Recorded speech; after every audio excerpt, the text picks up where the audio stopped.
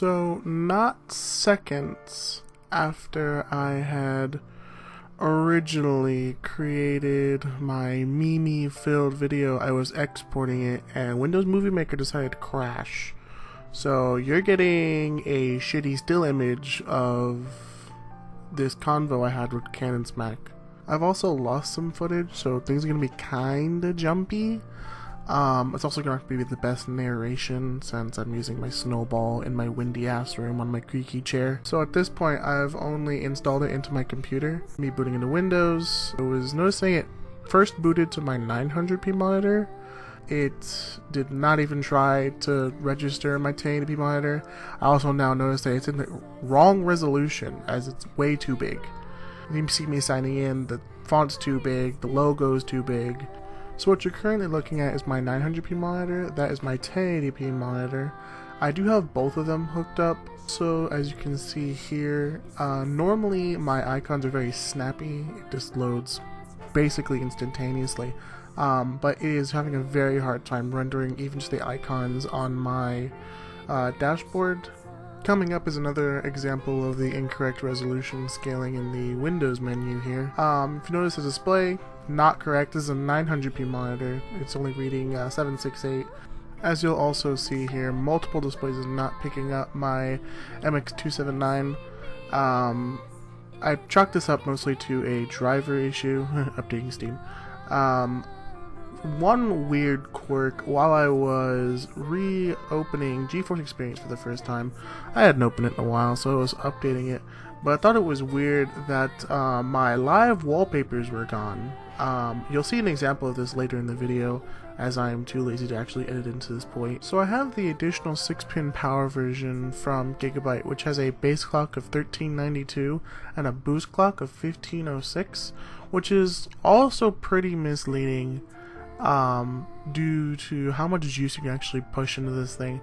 I have mine overclocked to 1800 something, I can't remember off the top of my head, and 3504 something, I think.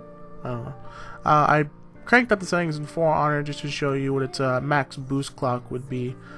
So when you see the Chinese 1050 Ti clocked at 781 megahertz and 1500 megahertz on the memory, it just is abysmal. Along with adjusting the fan speed did absolutely nothing, and I really couldn't even change that. I decided to run some benchmarks. I loaded up 3D Mark here. The clocks are exactly the same.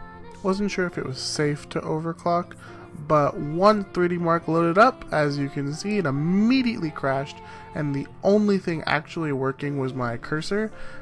If I tried to go from display to display, you could see there my cursor just completely got stuck. I'm on my MX279 here, and I'm gonna go back, it got super freezy again, it's stuck right there. It should jump here, yep, you're right about there. It just like boots me back to my other monitor, and then it just completely freezes. I lose my cursor. Windows just completely ceases. Some drawings. It just immediately decides it wants to restart my entire computer, my RAID array. It starts posting, and it should go into Windows here soon. As you can see, the Windows logo. There you go. These symptoms were very common to having an underpowered GPU, and so I thought to myself, well, it's a 1050 Ti, so I thought at this point, I can overclock the living shit out of this thing since it has a 6-pin power connector.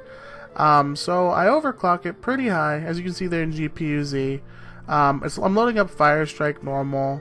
There it is, overclocked just a slightly bit, and it actually loads, but not that well, like at all.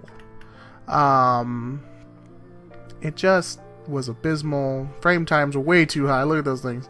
So I just go ahead and decided to try the graphics test 2.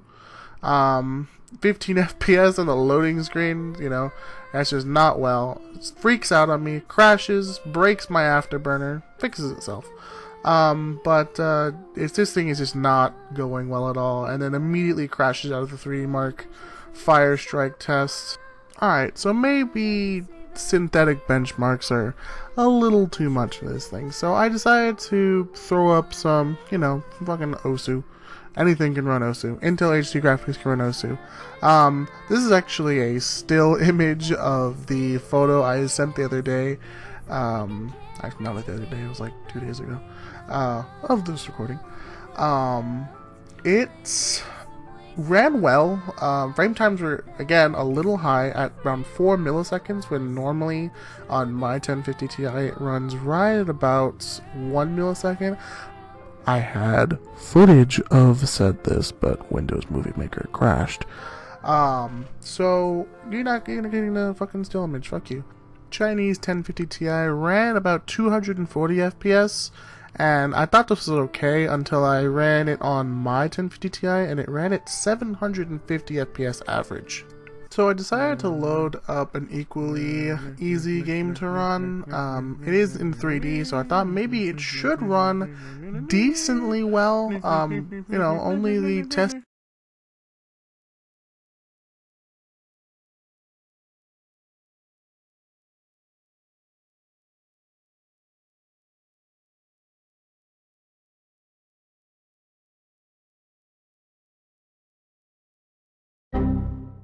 Yes, that indeed is the best editing you're getting out of me tonight. It's right around 4 in the morning, so, fuck you. This is where the lost footage comes in. I completely lost all the footage of me freaking the fuck out and, trying to figure out why Steam wasn't loading anything. I then later figured out that it had corrupted my Steam, and so when that happens, it can no longer validate my licenses for my games. And so whenever you have that happen, you have to uninstall Steam. But in order to uninstall Steam, you have to uninstall all your games. So, yeah, I had to completely uninstall my entire Steam library, at which point I did so. Then I immediately removed the card, put it back in its box, flipped it off, yeah, I put my card back in and had to go through the whole process of reinstalling my Steam library. So in summary, your card was not what it was advertised to be, sadly. I will be doing a second video on the PCB breakdown. I think I've sent a few from Buildzoid. I'll be doing it in that style, but it'll be in a comparison from the Gigabyte 1050 Ti to the Chinese, whatever the fuck this thing is. Hopefully I can get more insight in that. If not, then I can ask someone else.